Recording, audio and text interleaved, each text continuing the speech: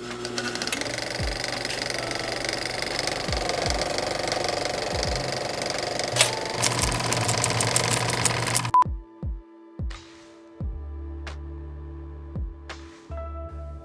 to 5-Minute Fridays. As most of you might know, for those 400 of you that are following me, I work both in front of the camera and behind the camera. Officially, I'm now doing that full time. So that means that I got a whole lot of more time in my hands to do whatever I want. Excellent ASMR. So, one of the things that I wanted to do for a really long time is to actually start creating stuff that involves me in my career, so I can propel and, be my own promoter, yada yada yada, but more importantly, to create. I love to create. This is one of those avenues, one of those bucket lists to do, which is just to talk, because for those that know me, I'm a talker. Like Kevin Smith says, I make a living using my mouth. So I thought every Friday I would tell you guys a story. And it could be a flashback, or it can be a fast forward. It would be something that I would be working on, that I was a part of, film, TV, writing, producing, a theater production, or it could be a funny joke, or something that I would like to do in the future, and I'm just throwing it out into the universe and getting some feedback from those that do decide to comment and not just look. So, today's episode, we're gonna take it way back to circa 2004, 5 maybe. 17-year-old me. Shout out to, before I begin, shout out to my homies, my TFA homies. This has to do with TFA. 17-year-old me was having an existential crisis. I was having a deep, philosophical, transcendental conversation with my drama teacher, Miss Debbie. Shout out to Miss Debbie. Just kidding. It was probably one of those passerby conversations, the one that you just kind of like keep walking and acknowledge, yeah, because you want to get the hell out of there. It was probably late as hell. We were doing tech week for our Christmas play, so we were doing all-nighters, and she was just probably hauling ass to get out of there. But I was having this moment, and I probably thought of how to approach this with her, because I was a new guy in school. It was my senior year, and I didn't have that rapport with anybody, especially not my drama teacher. But got the courage to talk to her and tell her, hey, listen, I'm not happy. I'm feeling bummed out of the part that I was given in this Christmas play. And in my mind, right, I wanted to be the next Pacino, De Niro. In my eyes, I was already as good as Marlon Brando. The fucking balls on this kid. The balls on this guy. Yeah. So when I told her that I was bummed out, I didn't get this part in the Christmas play, I had just gotten back from LA. I'd worked the entire pilot season. I had booked a movie role, a TV role, a couple of music videos, albeit as an extra for most of those projects. But I had experienced at least 50 auditions / rejections by that point. So in my mind, I was ready for my big break. I thought I was like, this is it, right? 50, and then boom, 51, and I'm now the next DiCaprio, or so I thought. So I got a really small part, and it wasn't even the length. It was just that it wasn't juicy. It was just, anybody could have just said that line, like, do you want fries with that? I was giving her this existential crisis conversation or rant, and she was like, yeah, okay. Reality check. Humility check. Yeah, I don't know you, Nick. You seem to be doing okay, but this school year, or this theater, these types of theater productions are already somewhat thought out of who's going to play who, and the seniors are leaving, so usually they get the last role. Hey, but I'm a senior. Yeah, but you're new, and blah, blah, blah. But she did say that I got something in mind for you. But I don't know your abilities. So show me what you got, step up to the plate, offer assistance, doing crew work or whatever, like be a team player, because making productions isn't a one-man team. Boom, humility check. Shout out to Miss Debbie. And then here's the golden nugget she dropped. After she saw that she kind of deflated my I'm ready. She was like, "So why do you want to be an actor?" And that's a very common question. So my robotic answer at the time, 17-year-old me, was like, because I want to feel life. I want to experience all the downs and ups, but just because I want to be an artist. So she goes, "Oh, so you don't want to be a famous actor?" And I go, no, I want to be living in the streets of New York, and I want to hike my way through the career and not get anything spoon fed. I don't want anything on a silver platter. I'm gonna be rugged and move to Paris and do learn Arabic and be on Turkish TV and Colombian TV. I want to be an international star. Okay, cool. Want to do all that. Got it. But do you want to be a famous actor? And I'm like, I just told you no. I want to be a good actor, the best actor. I want to make a standpoint. Okay, but do you realize, here we go, golden nugget. Shout out to Miss Debbie. I guarantee you probably don't remember this conversation.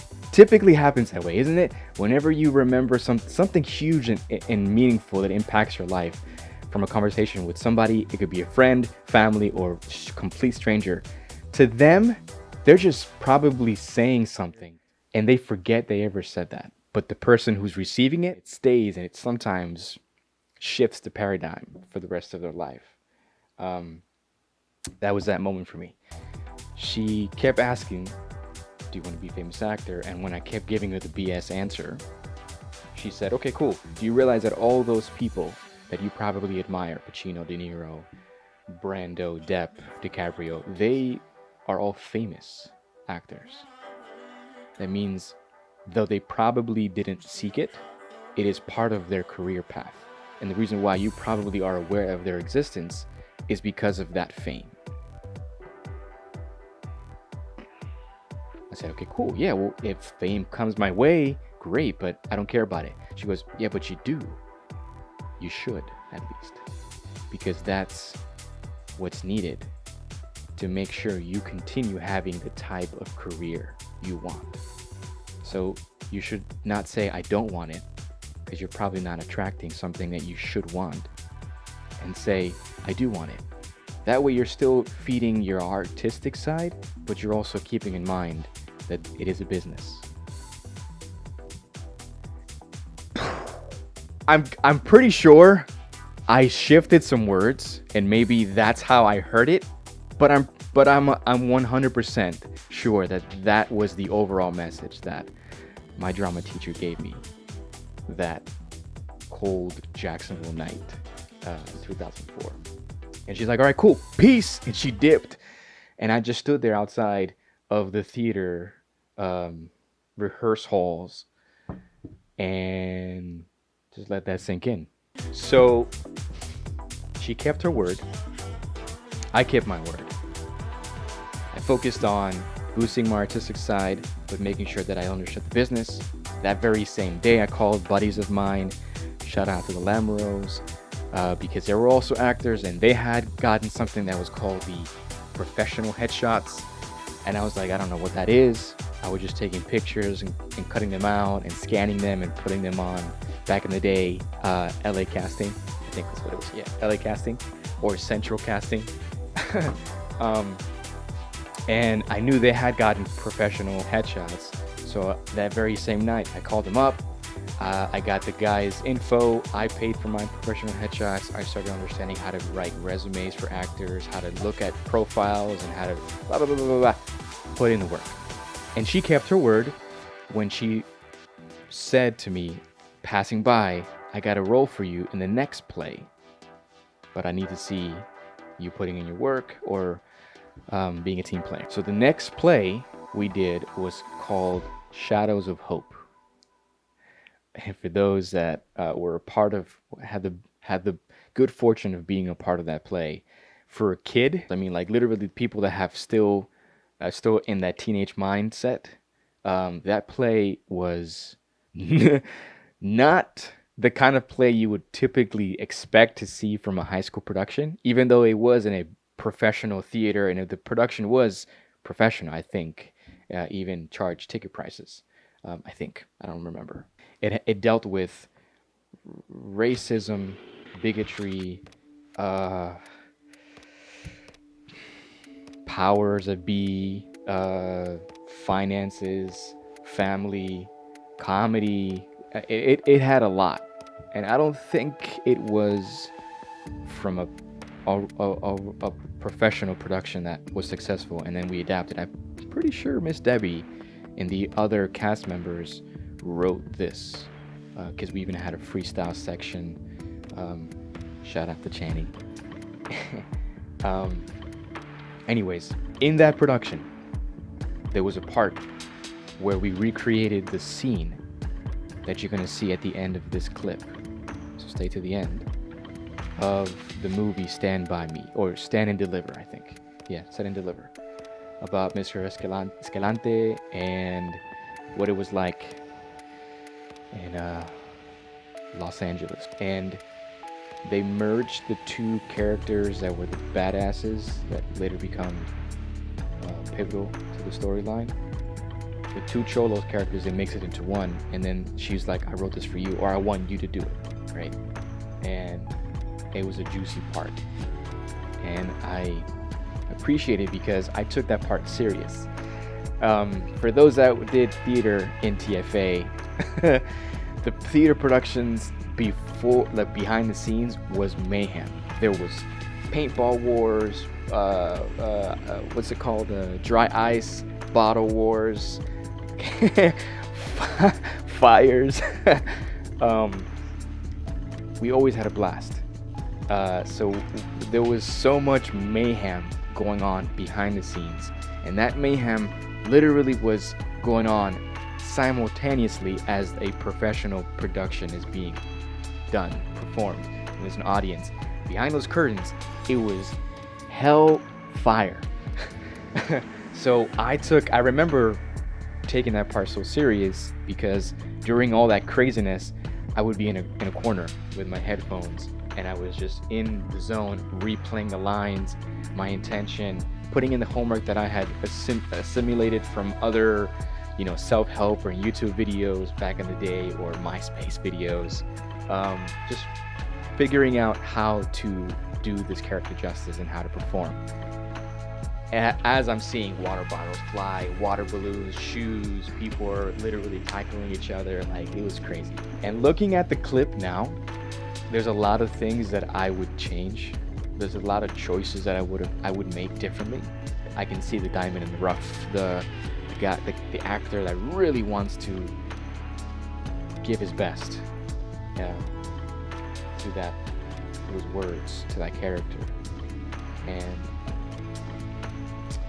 without further ado, let me know what you think. I actually would like to hear from other actors and critique it. What would you have done differently? I'll put in my choices after I'll hear back from some of you guys, or I'll put it in after this, whatever. I don't know. This is the first time we're doing this, so stick with me. This might evolve. We might even do this as a live, so we can get other co-conspirators that are part of the story in the live feed, and we can bounce back. No, I remember it this way. No, it actually happened this way. I think this is a good spot to end it. I want to tell you guys I appreciate it. Let me know what you guys think of this, of the acting, what stories you want to hear from me. We can move this to a podcast. Ooh. I like that idea. We're actually, I'll talk about that in the next 5-Minute Friday. All right. Peace.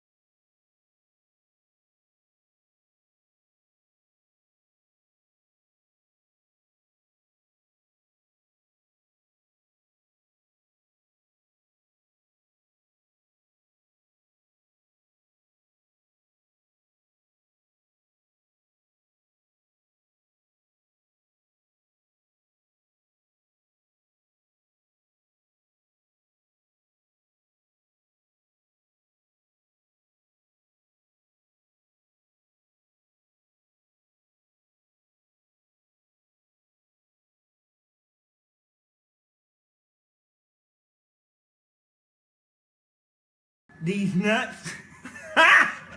Got him! Got him! Oh! Whoa! Whoa!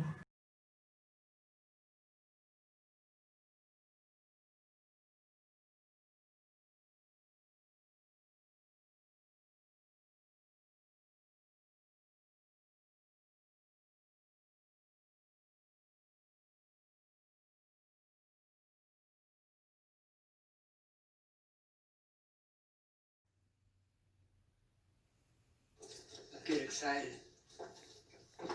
You know, got me a deal like the other profes.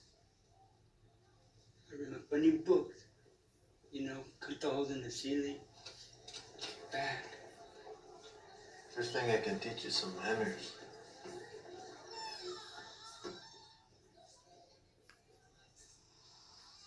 I wouldn't do that if I was you. I lose a finger, I won't be able to count to 10.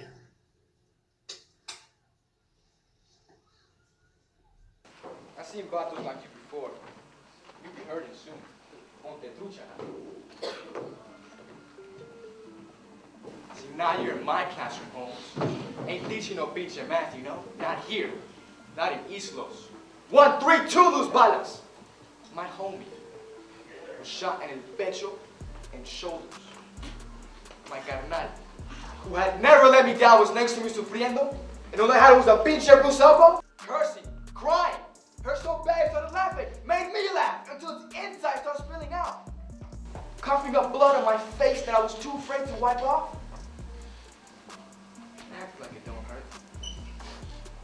Everybody got that sometimes, no? Life goes on. Blood in, blood out. Carne de mi carne. Sangre de mi sangre. Vida por vida.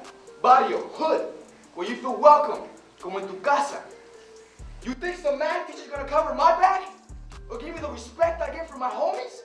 The prime? I don't think so, man. You wanna talk math, numbers? 3,000 gang deaths a year in the city of Angels. You wanna talk math? Homes plus homes plus homes equals strength. Familia, mi familia, my family. And you don't turn your back on that and say, not on blood. Not when it's your homie who's bleeding. That's the truth. That's education.